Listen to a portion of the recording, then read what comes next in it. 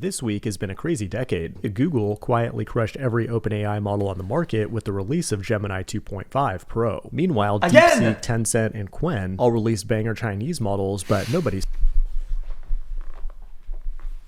talking about it. Instead, every eyeball in the tech world right now is hypnotized by OpenAI's brand new GPT-4o image generator, which has transformed the internet into a Ghibli anime cartoon nightmare. This is exactly the AI dystopia that Senpai Miyazaki, creator of the Ghibli animation studio, tried to warn us about years ago, when he said, quote, "I am utterly disgusted. If you really want to make creepy stuff, you can go ahead and do it. I would never wish to incorporate this technology into my work at all. I strongly feel that this is an insult to life itself." That was years ago, but now this nightmare is in full effect. If you make the mistake of going on Twitter today, you'll find that all your favorite memes have been ruined by GPT-4o. In today's video, we'll take a closer look at OpenAI's latest toy, along with a few other awesome tools that some say ruined, I say enhanced.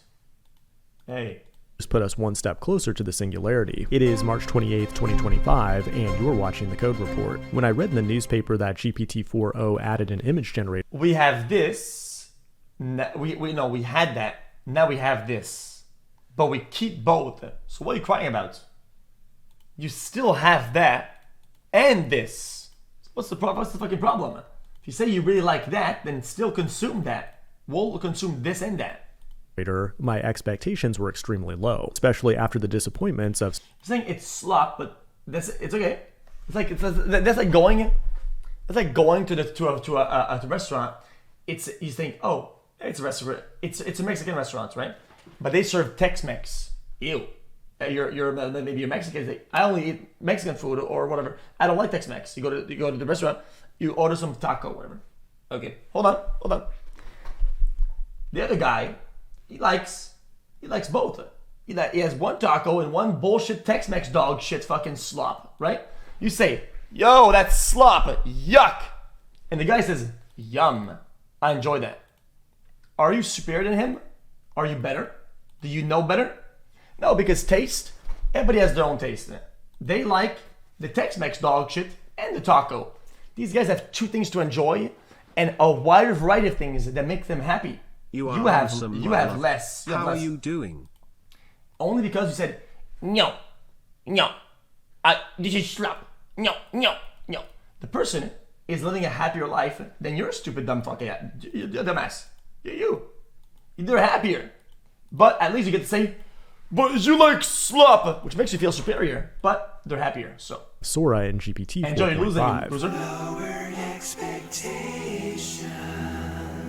However, OpenAI just went out and totally redeemed itself by shipping some actual fire. This tool has allowed me to throw graphic design software like Canva in the garbage, because now I can create infographics and marketing material with near perfect text rendering. It even produced an almost good comic strip for me, and it can even handle transparency layers unlike most other image generators. But everybody's talking about its ability to transform images into specific art styles. That's pretty cool, but the significant thing here is that it gives us the ability to render our AI girlfriends in ways that were previously impossible by maintaining character continuity. Like now I can upgrade her with new poses, new outfits, or even add her to photos of those lonely family dinners. That's impressive, but how does it work? This is closed AI we're talking about, so there's no paper or code to look at, but apparently they use an auto-regressive approach instead of diffusion. A diffusion algorithm in models like Stable Diffusion and Midjourney generate an entire image all at once, but GPT-4 takes a different approach, generating an image pixel by pixel from left to right, top to bottom. It almost doesn't even look artificial, but it actually contains a controversial watermark provided by the Coalition for Content Provenance and Authenticity. In fact, if you take this image and upload it to the C2PA tool, you can see it was generated by OpenAI, along with a history of any modifications to it. Camera manufacturers and software developers like Adobe are implementing this into their software with the goal of tracking every change that happens to a digital asset like an image. And that, of course, is to keep you safe from misinformation at the expense of your privacy and freedom. And platforms like YouTube and Steam are now requiring people to disclose that they use AI assets in their work. And that brings up a big philosophical question that was first posed by someone with an anime profile picture on the internet. With Slop's razor, you ask, can you tell it's AI generated by looking at it? If the answer is no, then it's indistinguishable from human work, thus no disclosure is needed. But if you answer yes, then it's visibly slop, and again, no AI disclosure is needed. C2PA is just deep state bloatware, but I digress. If you're poor, the other thing you need to know about is Gemini 2.5.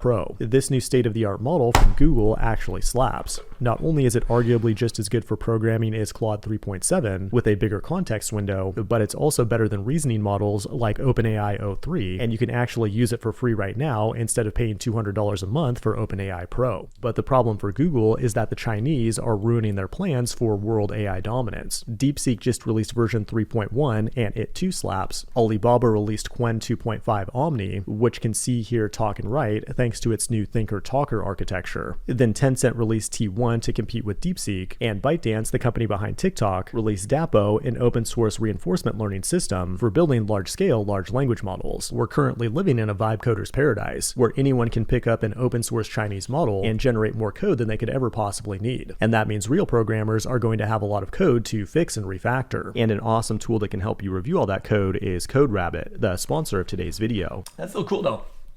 It's so cool that everybody has like different, like I guess like different data sets or whatever, and different like data banks or whatever, and then they could have their AI have their own specialized resources. They could do their own AI thing that does specialized things, and be in the future. There's a big collabs, and you get a super AI overlord. What if the Chinese take all these new AI, they put AI Lord, AI Lord. AI Lord.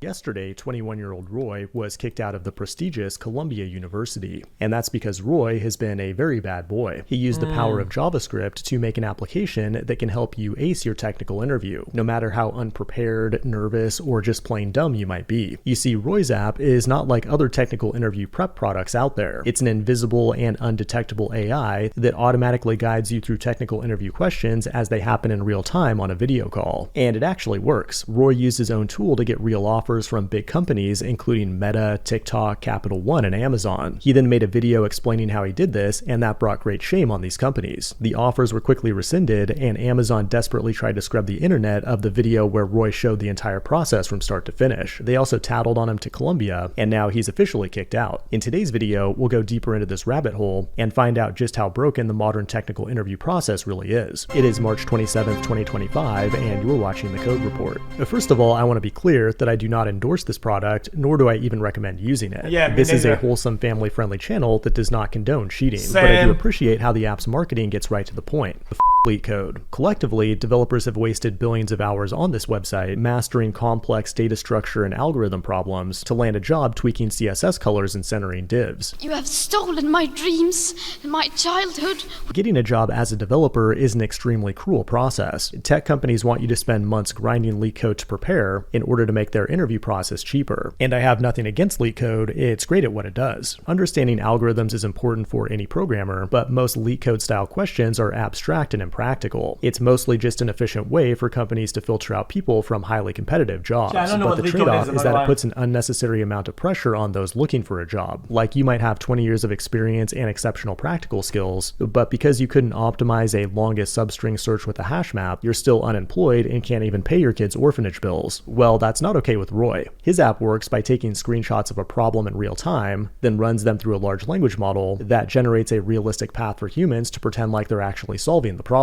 It runs as an undetectable overlay for screen sharing software, and also moves the window around the screen so your eyes don't focus on the cheating material. And these techniques bypass software used by the interviewers to detect cheating. It actually works, and he got offers from FAANG companies like Meta and Amazon. And it's poetic that the very companies who have publicly stated that their goal is to automate software development with AI still need to hire humans and are having their interview process totally ruined by AI. Amazon doesn't like poetry though, and when they found out that Roy cheated, they snitched on him to Columbia and demanded that proper action be taken. Well, based on this confidential do not distribute letter that Roy posted on Twitter, he's been kicked out of Columbia and can no longer receive an elite indoctrination, or education. But I think this kid is going places. They're one of the few tech companies actually making the world a better place by distributing birth control devices for free. And just like Bill Gates and Zuckerberg, who both dropped out of Harvard, or myself, who dropped out of University of Phoenix, Roy is on the right track to become a tech bro billionaire. His app is already on track to do over $2 million in revenue this year. But I think more than anything, this whole situation proves that software engineers are not yet obsolete. Because if AI can do the interview, then it should also be able to do the job. But it can't, because otherwise they wouldn't be hiring a human. And that means you should start mastering programming for free right now, thanks to this video sponsor, Brilliant. Their platform provides